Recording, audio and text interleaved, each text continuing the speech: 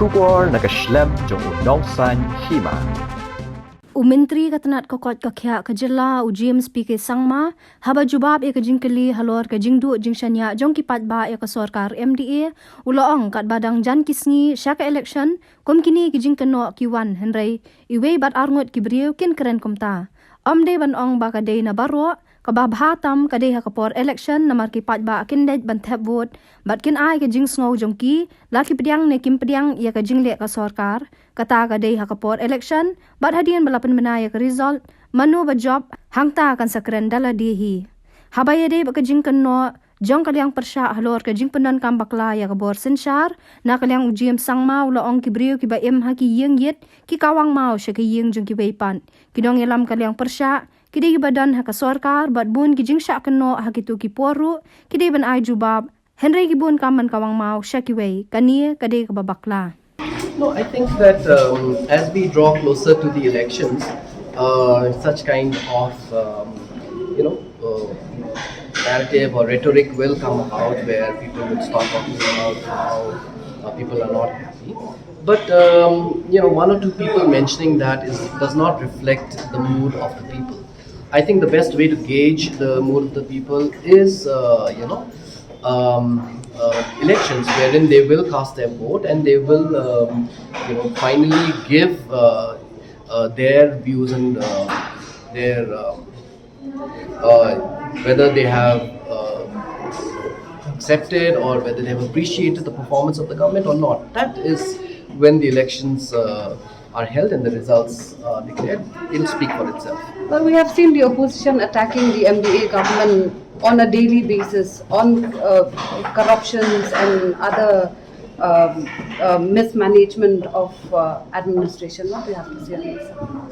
Well, I think that those people who live in glass houses shouldn't throw stones at other people's houses. The opposition, when you talk about, are also people who have been in the ruling government. There have been many accusations which have been hurled against them, and they are also answerable for all those accusations.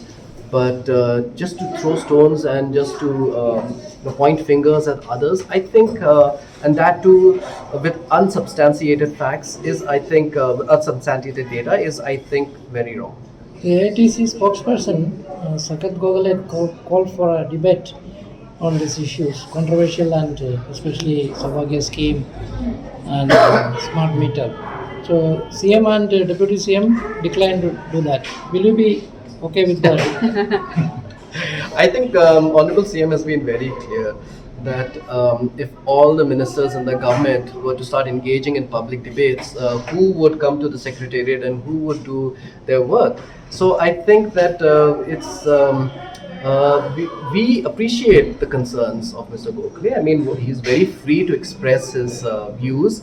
But then I think, challenging the Honorable Chief Minister or the Honorable Deputy Chief Minister to a debate, I think that's something that's not required because the Chief Minister and the Deputy Chief Minister, they have been very accessible to the press. They have taken questions from all of you. The press is the fourth estate, and all of you are the voice, of the people who would like to ask questions on behalf of the people of the state, and they have been answering those questions.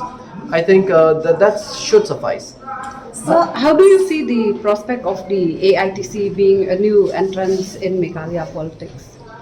Well, that's for the people to judge. I think people will eventually cast their vote and will eventually, whether they accept the AITC or they don't, we will have to see that after the elections in 2023. But as of now, I would just like to say that without having fought a single elections and by having, just hijacked, some of the MLAs and brought them into their fold, I don't think that gives them the right to, say that they are the voice of the people and they represent the voice of the people. It is elections which actually give the mandate to people.